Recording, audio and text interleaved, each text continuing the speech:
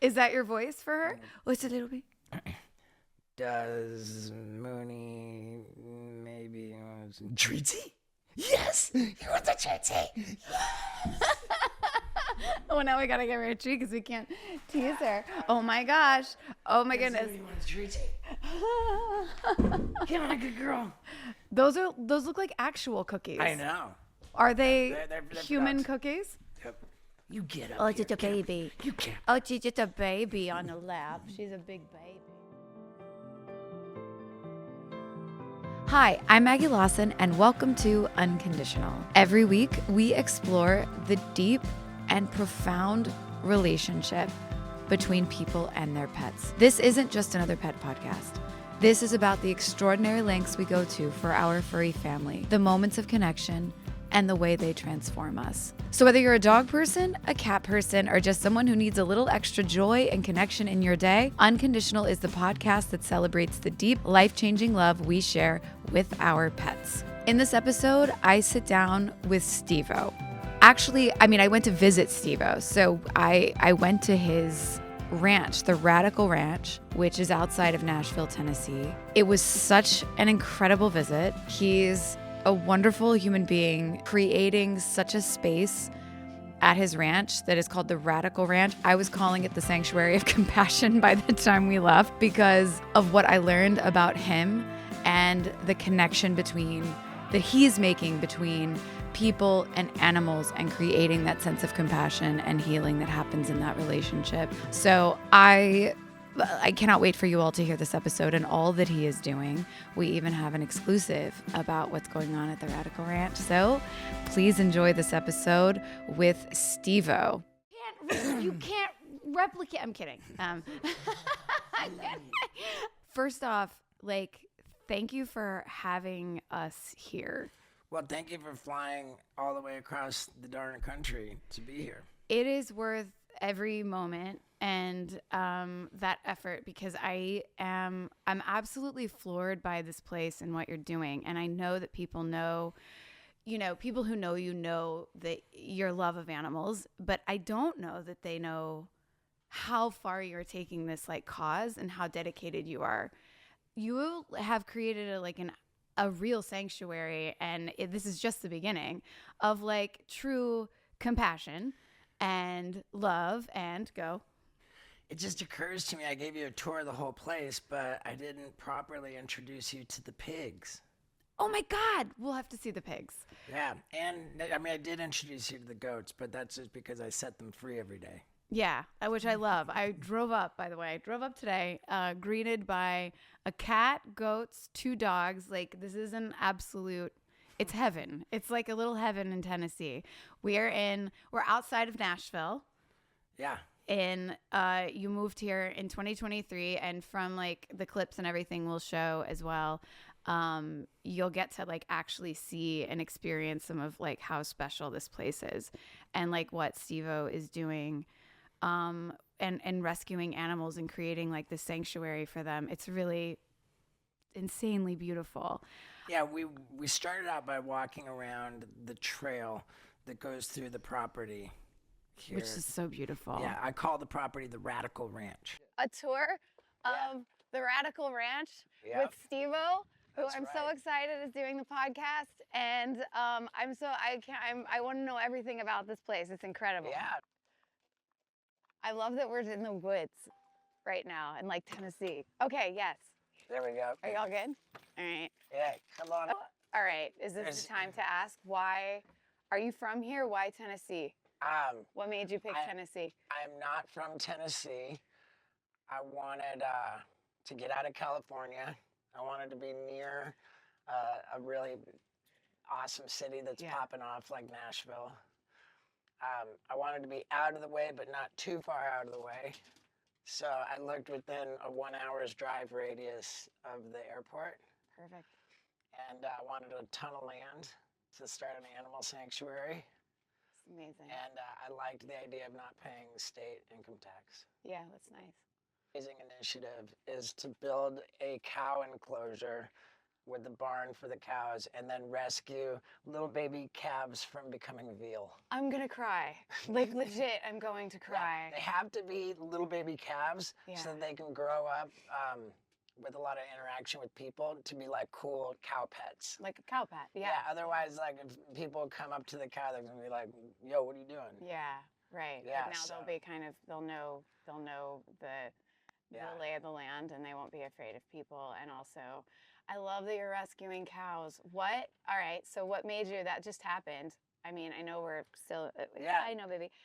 Why were you like, I'm out of LA. I'm out of here. Candidly, Yeah. as soon as I got the notification from the insurance company that they would not renew my fire policy, I had no bigger priority than getting the fuck out of there. Are you kidding me? Yeah, and I never said that because I wanted to sell my house.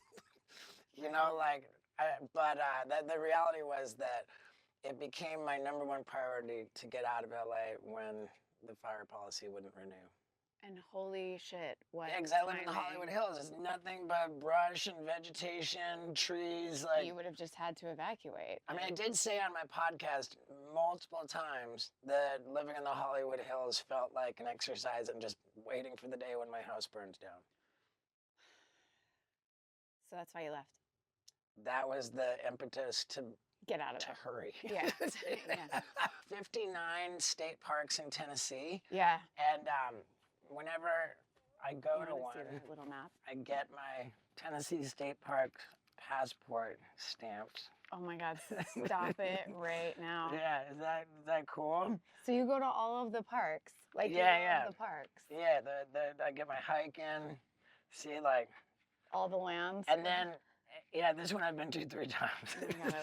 I love it. And then you love it. You love it here. Yeah, oh my God, I love it so much. So then when I go to a park, as well as getting my stamps, I've got these little cute green Christmas trees and you fill a hole. Oh my God, I love it. You see, like, I put a piece of tape over it and I jammed. So there's a little green Christmas tree for every park I've been to. Oh my God, that is so cute. You all have to see that. Oh my God. Oh my God. Yeah. Okay, girl, I can't. Yeah, I'm literally like just losing my mind over that one. We went to 8 different state parks in one weekend. Stop it. Weekend before last. Did you just to like explore all of them and see or to mark it off? What? I'm a psycho. That's why. Like cows, chickens, and then I want to get a whole cast of jackasses. Wait, what? Yeah, like donkeys, and I want to name them after all the jackass guys. So you're gonna have actual jackasses named after jackasses? Yeah. On the Radical Ranch? And yes, we'll find a mini one. Oh God, I love it. I'm like always curious how like somebody comes to like learn this about themselves and. Well, it wasn't when I was a kid. I would point to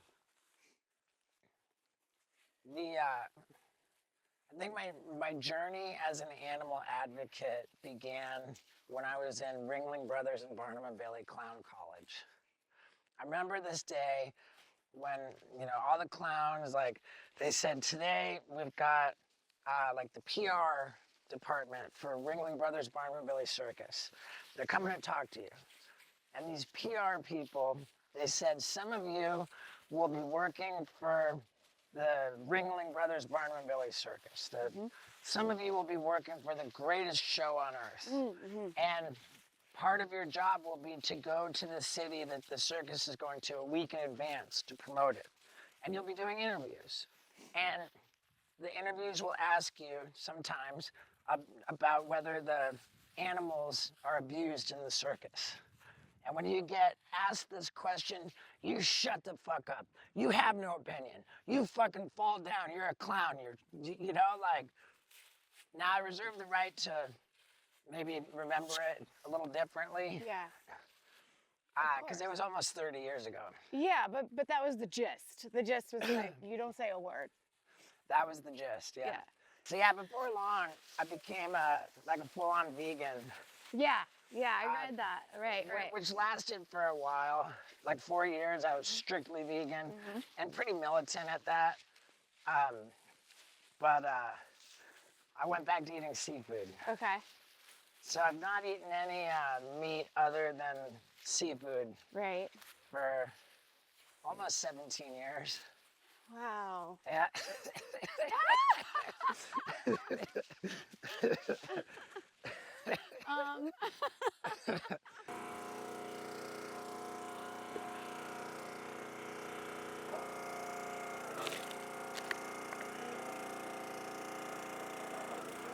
The Wheel of Doom. Okay, explain. These are all bungees. Okay. So ostensibly, it should be able to take some serious impact. And I really want to take this thing down the mega ramp. Check this out. Oh my God, that's you. Yeah. Oh my God. Wait, Yeah. Go there. Yeah. The super Why? dummy. Wait, what's the significance of the symbol? It's a crash test dummy logo. It's a crash test dummy. Yeah, Okay. so All right. I'm And that's you. Yeah. All right. I'm the super Super dummy. You're the super dummy. Wow. Yeah. I love this so much. You have it tattooed on your head. I love it. Yeah, I'm like a superhero crash test dummy. And while we were walking the trail, I told you about kind of my journey into animal advocacy and how it began. Which is so beautiful. It's the whole point of this like podcast. Like even it's kind of what you were saying too about like, you know, everybody is sort of where they are on this journey and we're all learning. And like you were talking about like even like going the super sort of militant way, but then also pulling back on that like a little bit. And it's also like there's no judgment. It's like animals are just healing. However, like as long as you're treating them well, obviously, and have them, you know, and what you're doing on like a rescue front is like this is what I think changes the world. This is what I was saying as we were walking, and like you're actually doing it. And I also like, so I never got this. Where did the radical part come from? I mean, I know you, yes, but like when you decided, when you were like, it had to be called the Radical Ranch. I was just committed to it. I guess I've always considered the gold. I've always considered the gold standard for animal sanctuaries to be the Gentle Barn. The best. That place is the best. And so it's not the Gentle Barn. I was like, oh, it's going to be the Radical Ranch.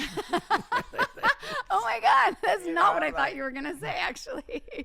I love that. It made sense too because I believe that a healthy amount of like wild entertainment and this kind of like trademark Steve-O activity can make the place more exciting, potentially build into it revenue streams that can make it self-sufficient. Mm-hmm. You know, if I had an ultimate goal, it would be for this place to become like my version of a Dollywood. Oh. You know, where like there's enough awesome stuff going on that it just attracts people to come. Yeah. Maybe they're attracted to come for like whatever the rink, or the zip lining or the like whatever the activity might be, and while they're here they have an encounter with a cow or a goat or some kind of an animal to like kind of look into its eyes and think, wow, it has thoughts and feelings just like I do. Maybe I want to like alter my lifestyle to be more compassionate, and through this radical environment we can cultivate and spread compassion. It's so beautiful. That's what we were saying, that one person, like that changes. That's how it happens. Like that's how those ripples happen. I have this like teeny tiny 501c3 in LA that we started a really long time ago. And our goal was to take like the rescues in to work with kids who are like in high stress situations and so we ended up working with a place called School on Wheels. The kids were all on Skid Row. They were homeless, and they would go to School on Wheels so they could stay at their grade level when they were placed into homes. And they had never like really been around animals that much and never really had the experience. And I remember the first day that we went in to like take the animal, like we kind of like we we had a plan, but we weren't like, we didn't know, we hoped it was going to work, but we weren't that sure yet. And we went in the very first day and it was like this one kid, they were like, he's really grumpy, like give him some space and, you know, just set up and do your thing.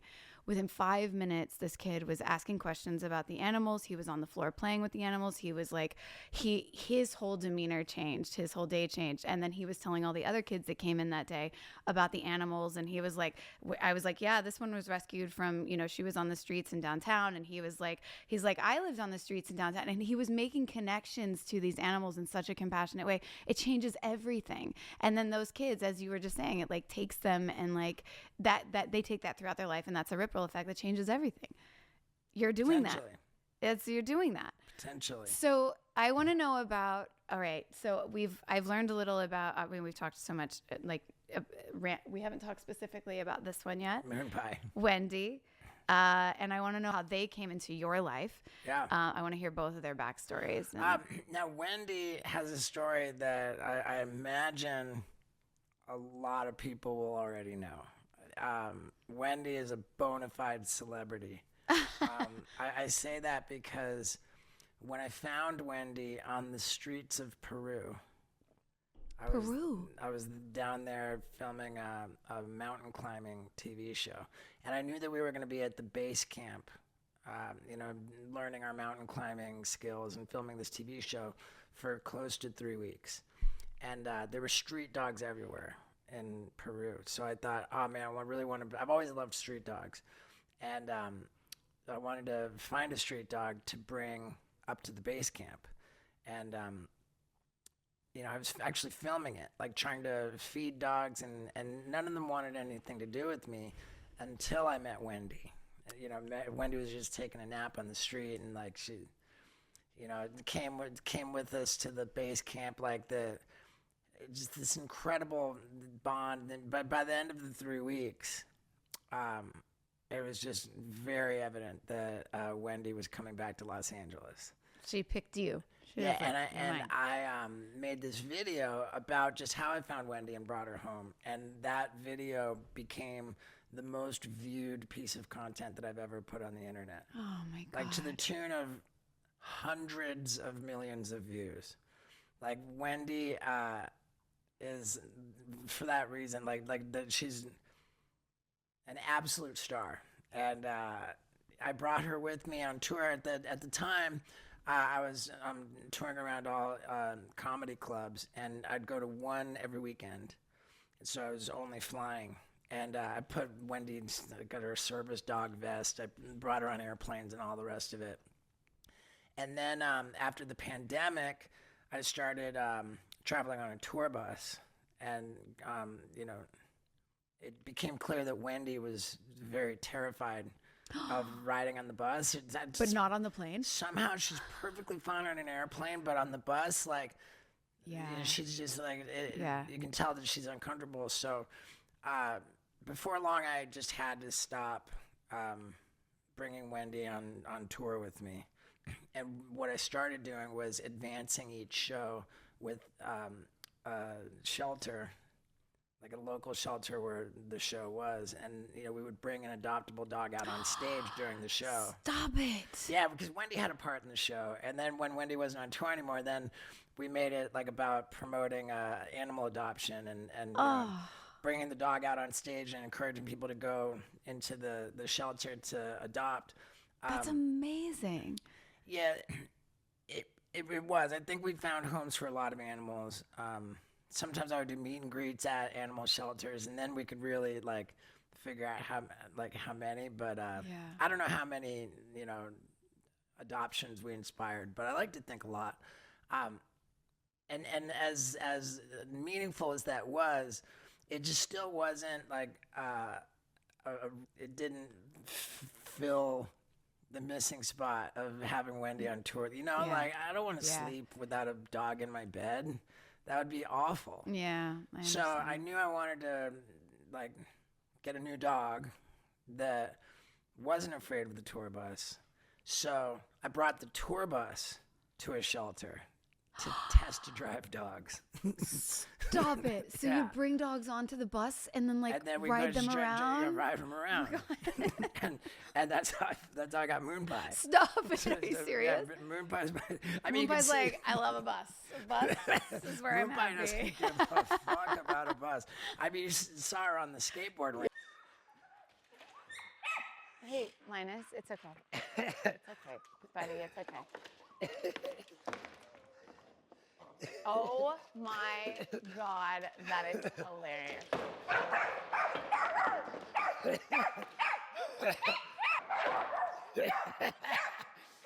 All right. Get it? You want to see it, buddy? Okay.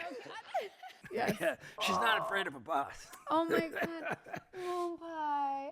Yes, I see that tail waggy. Oh my God. Wait, so Wendy, in a weird way, like led you I mean, sure, yeah, and I mean, Wendy like has just traveled so much. She's been, and you know, like she, you see the over there. There's the little kid's red Ferrari. Yes. I bought that for Wendy to drive her through kids' hospitals. Because she's just so spectacular. I got her, like, you know, a killer trainer. She's just so docile. Oh my God. Such a perfect dog that she just sit in a Ferrari and with the remote control, I'm driving her around. Okay, that's hilarious. But she was okay with that, but not okay with the bus. Yeah, I mean, the Ferrari doesn't go very fast. Oh, oh it doesn't? and I don't think she gets a sense that it's going to tip over. That's probably true. Wait, so you would take Wendy into children's hospitals and she would visit them? And Yeah. Wow. Yeah. That's spectacular. That's like, again, I mean, like this whole side of you. I mean, it's like, it's really, really something. So Wendy stays at the Radical Ranch. Yeah, now Wendy's retired. Wendy's retired. She's retired. She's living out her days. How long ago was Peru? How long ago? I found Wendy in August of 2017. Okay. At the time, it was estimated that she was 2 or 3 years old. Okay. And so now that's approaching 8 years ago. Yeah.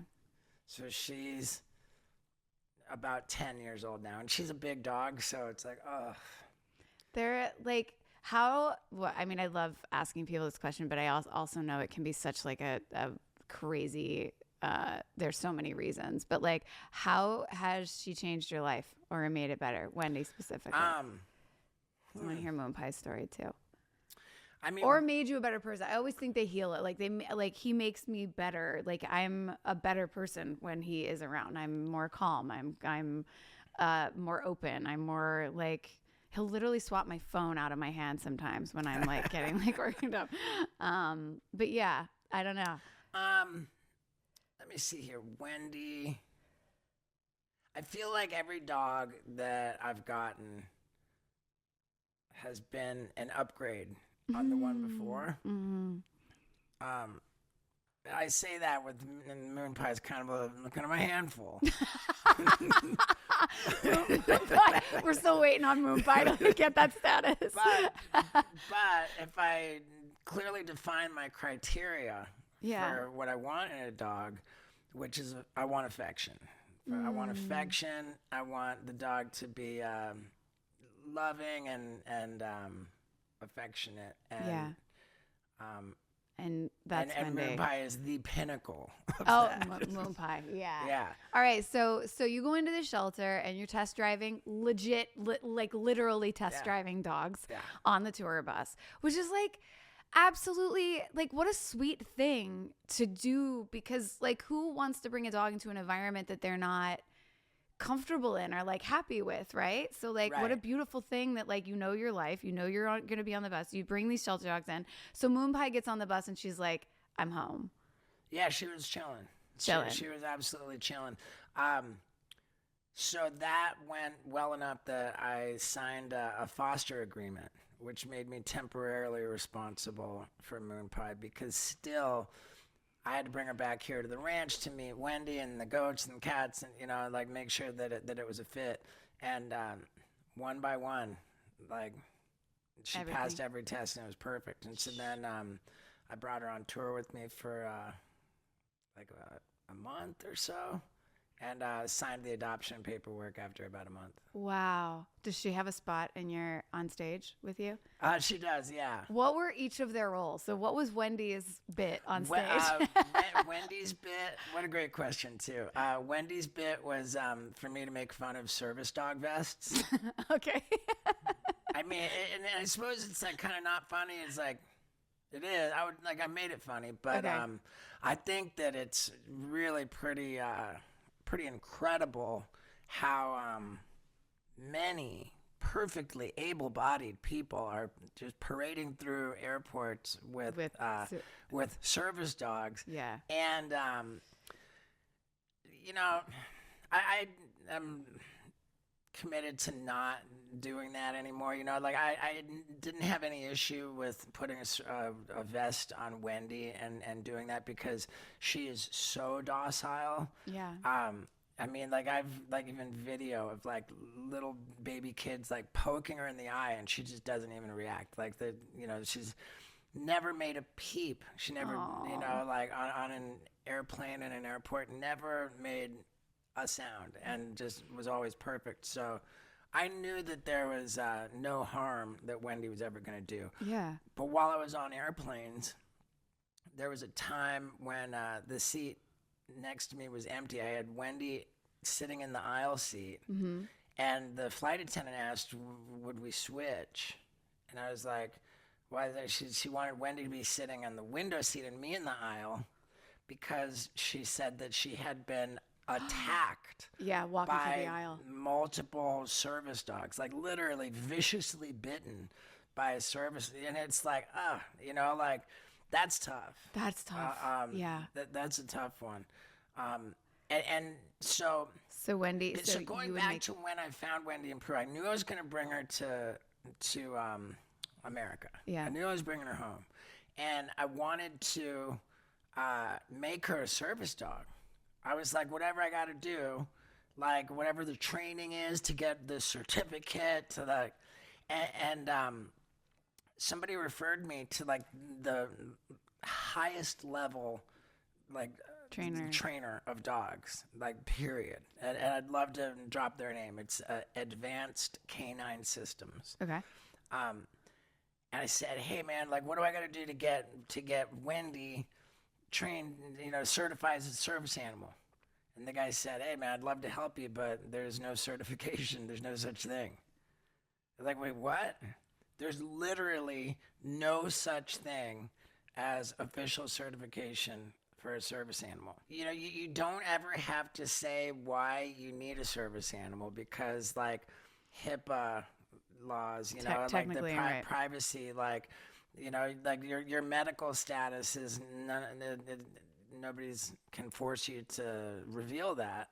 So you don't have to say what disability you have, that you don't have to have your dog perform any tasks to demonstrate that it's trained. Yeah. The one thing that they can make you say is they say, what specific task has your dog been trained to perform? Right. You can say what. That's the only question that they can ever ask. Right. And I would say that Wendy was trained for mobility assistance. Okay. Yeah, because I'm not fucking going anywhere without her. You want me to go anywhere? But isn't I'm that not mobile without her? Certain questions that I think about and I'm like, yeah, I fall into that do you sleep better when your dog is with you? Right. Do you have are you have crowd anxiety in crowds, and does your dog sort of help you with that? But then the line between it's a little weird, right? I did get a note from my psychiatrist, on his letterhead, so technically, I'm not a doctor, I'm not a doctor. My doctor, who is a doctor, says that I should not go anywhere without Wendy. Yeah. Meaning that I'm not mobile without Wendy. Well, that answers the question, and it's also the truth. Right. I mean, in a way, I'm pro this. Would the world be a better place if we could all have our... I don't want to do that anymore. That's why Wendy's retired. Moon Pie's a bus dog. And what is Moon Pie's role in your bit in your show now? She's got this goofy run, she runs like she's still trying to figure out her legs. I saw that how they work. She just doesn't quite understand how her legs work, and so when she runs, it's just funny, and she's little. So I like to tell everybody. I'd like to right at the top of the show, I'd warn people that that they might. Some of them might be deeply offended by my performance. That some of the material might be highly objectionable. And if that's the case, sadly, there's nothing anyone can do about it because I brought security. Does she go? Does she hang out? And then they release her and she comes running. And it's just a goofy thing. Even though that wasn't the best approach. I've been trying different ways. Oh, I love it. I say there was that the CEO guy got murdered. Comedians are getting attacked on stage. Slapped and this and that. You can never be too careful. So I don't go anywhere without security. She comes running out, just doesn't know how her legs work. Oh, that's so cute. Yeah. Does she stay on stage with you? She doesn't. But does she roam around and She comes on stage and then they bring her back onto the bus. Oh my God. And she barks up a storm. She's got that sweet separation anxiety, which makes me feel loved. Yeah, that's your affection. You're she's that's what I need to feel. I need to know she misses me so much it hurts. Yeah. And when you ask me how did Wendy change my life, it's funny because Wendy's got a much more she's much more independent. Moon Pie. I'm surprised Moon Pie is comfortable with this amount of distance between me and her right now. She generally insists on physical contact at all times. And Wendy's not like that. So with Wendy,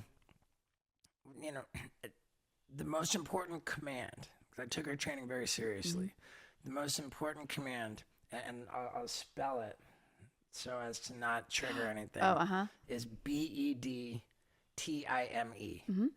What that means is get on the bed and snuggle with Papa. You're she doesn't need to sit or stay or any of that. What I need her to do is snuggle on command. Yeah. How do we not have more training for that? Because like I said, I don't want to sleep without a dog. Yes. I have to have a dog on my bed. And so then get on the bed and so I snuggle Papa. I essentially pay Wendy to come give me snuggles. And then what's the currency? Treats? Yeah. Careful with that word too. Oh crap! Sorry. Yeah. And then what ends up happening? Wendy does the dash, the dine and dash. She's I got my treats. See ya. Yeah, she dines on her bedtime snacker, and then she leaves you. Yeah. I'm she did. She done the dash. Wow, that's not nice, Wendy. It's not nice, Wendy. Wendy's very transactional. But she's this is settled. I'm out. Yeah, she's very transactional to the point that I actually have a nickname for her. I call her Old What's in It for Me, Wendy. Yeah. Oh, what's in it for me, Wendy? She's at it again with her transactions and dining and dashing. Oh my God, I love this so much. Do you have a voice for her? What is your voice for Wendy?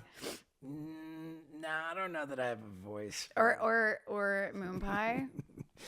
I mean, just it's when you're talking to me. Yeah. I really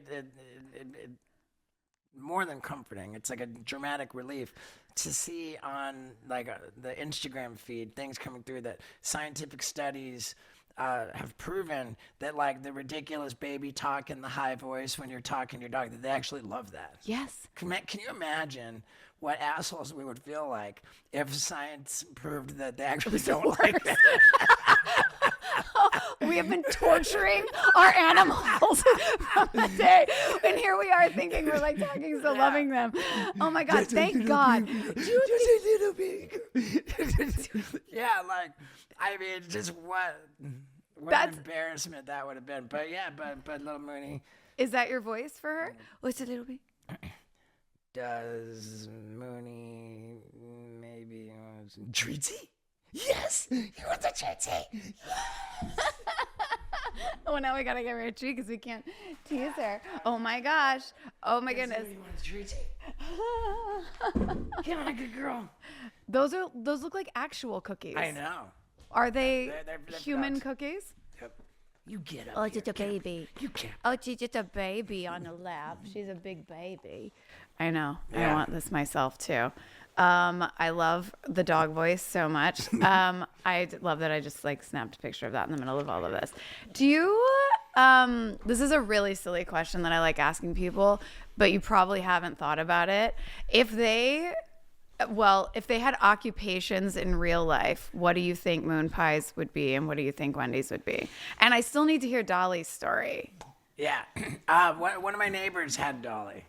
Oh. Yeah. And she was, she didn't have any goat companions. Oh, yeah, she was all alone. Yeah. That's a good sound. That's a good sound. That's a winker. good sound.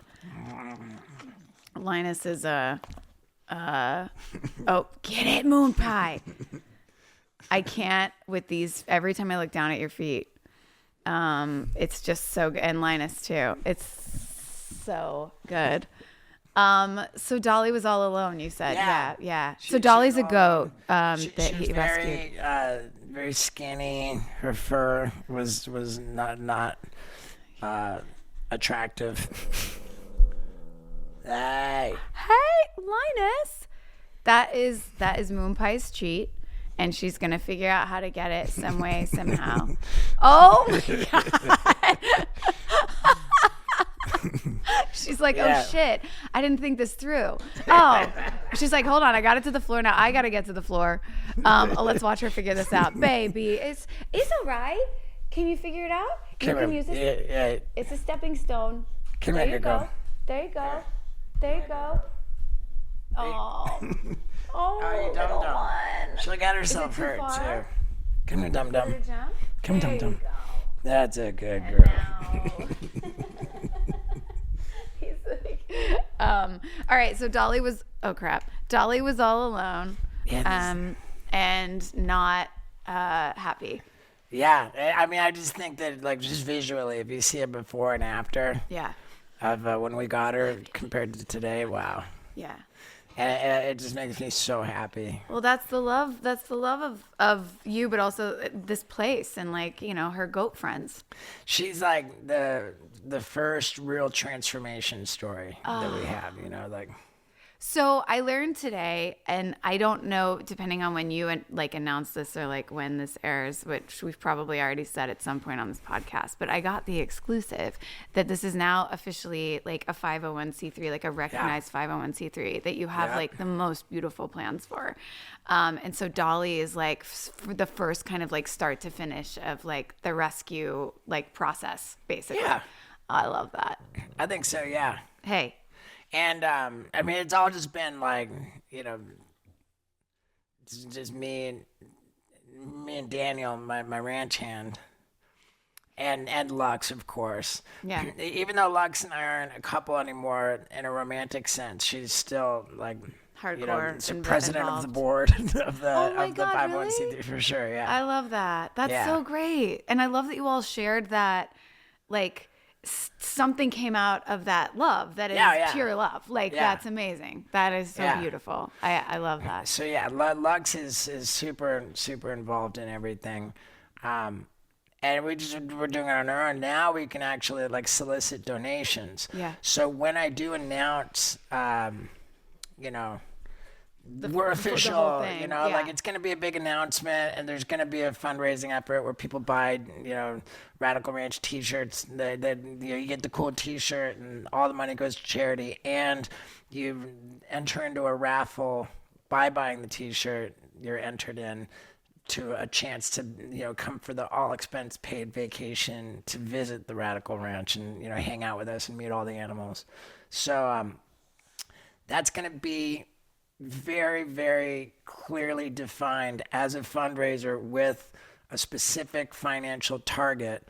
The target being precisely what it costs for the fencing for the cow enclosure. Oh, wow. Got the official estimate, then the barn for the cows inside the enclosure, and then the money that needs to be spent to purchase the cows to save them from slaughter. Wow. So we'll have an actual dollar amount for a goal to reach. Yeah, a goal to reach. Yeah. And I believe that the way that we frame it, the way that we present it, with the t-shirt sales, with the raffle, all that, I believe that we should be able to reach that goal. It's amazing. It's amazing. And I think that it'd be really, really cool if we did reach that goal, because then, following up, we'll be straight into action as soon as we hit the goal. It's going to happen immediately. Exactly. So then, you're going to hit the goal. Very shortly after everybody buys these T-shirts, to then see the follow-up video where you see the tangible results. That like my purchase of that cool Radical Ranch T-shirt did this, like tangible results, like which that, I love, made that happen. Because even for the people who don't get to have the you're going to have so many people visit here as well, but that up close and personal, as you were talking about, looking in their eyes, you still get to have the experience that thing that you did and that thing that you purchased did something so good. It's really, it's so beautiful. It's really something that you're doing here. And the fact that in such a short time, you've already made all of this happen. It's one thing that people say or set the intention, and that's good. We want good intentions out there, but to actually have the intention and then make it happen so quickly. It's just it says so much about you and where your heart is. And I know people see you as this fun and crazy wild, you have your wild ride and you have Jackass and you have all, but that is such a pure big heart that I just love. I know. It's interesting that you say it happened so fast, when in fact I knew that I wanted to came up with the idea in late 2017 to start the animal sanctuary, to get a big property.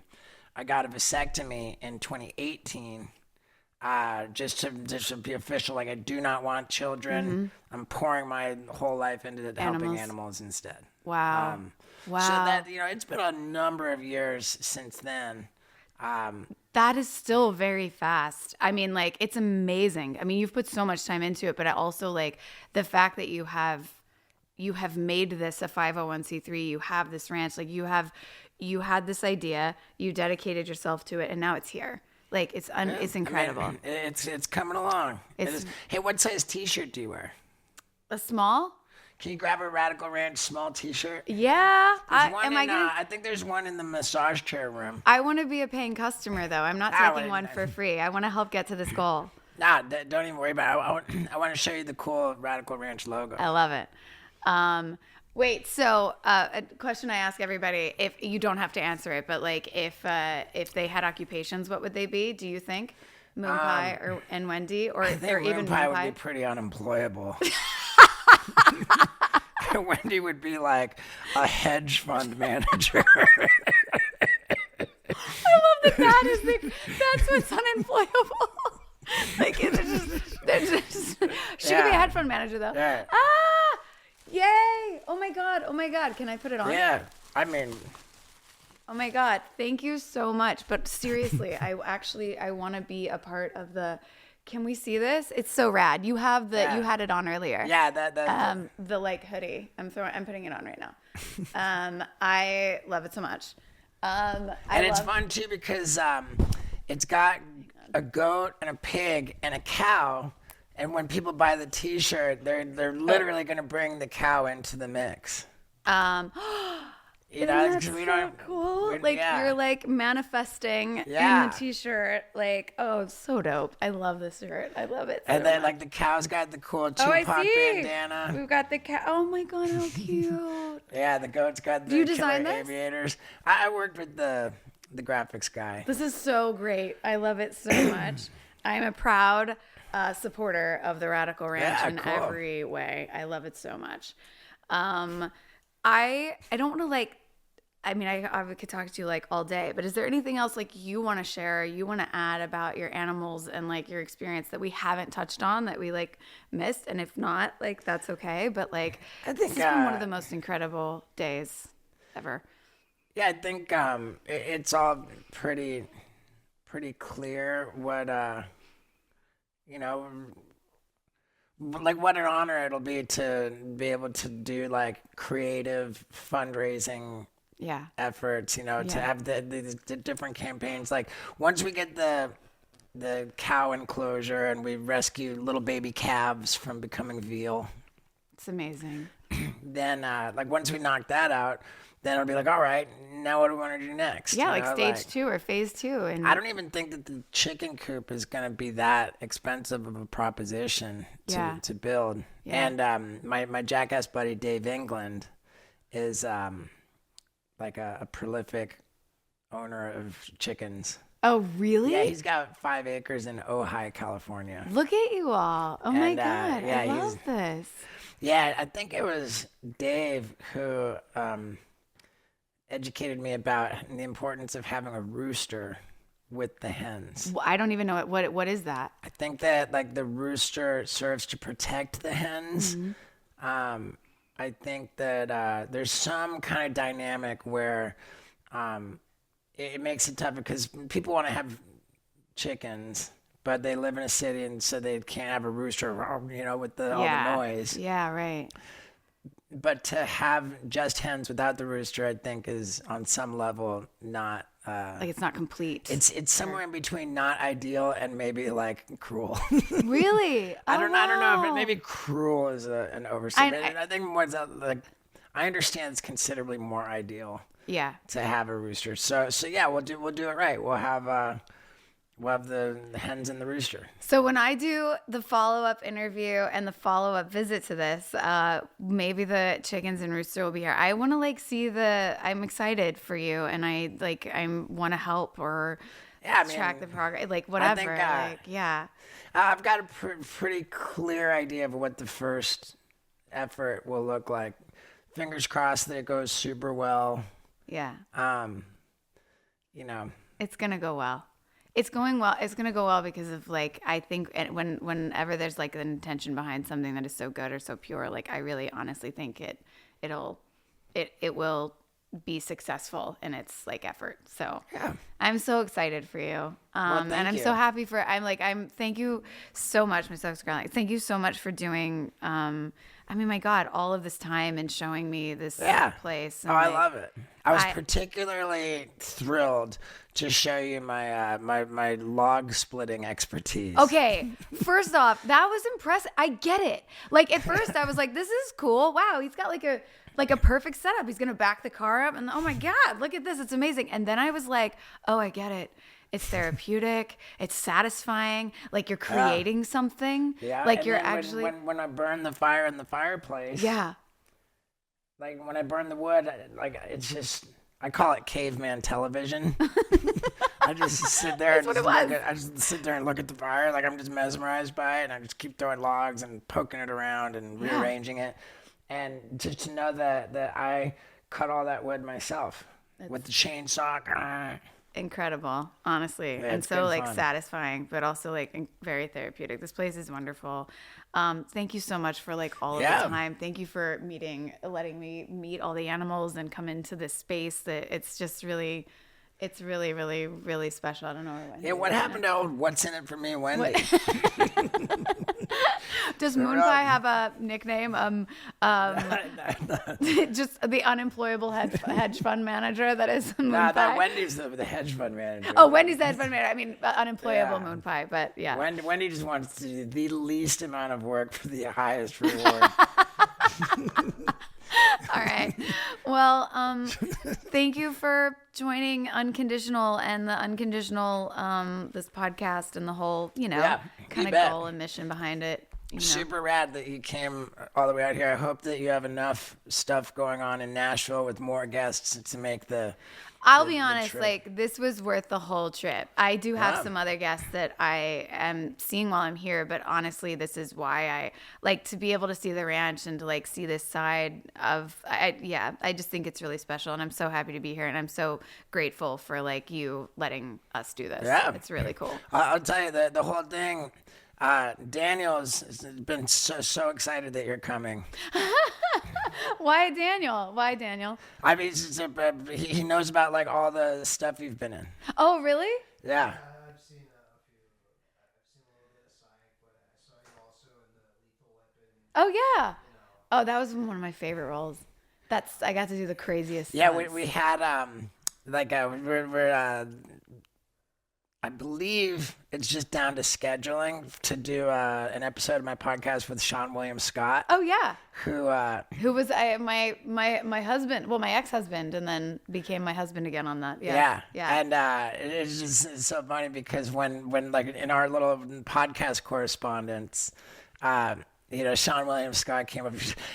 He worked with Maggie Lawson. I love Sean. You should have. You can tell him. Be like, oh yeah, Maggie was just here and did the podcast because he's like, yeah. Oh, he'll come do your podcast, I think, right? Well, I'll go to him.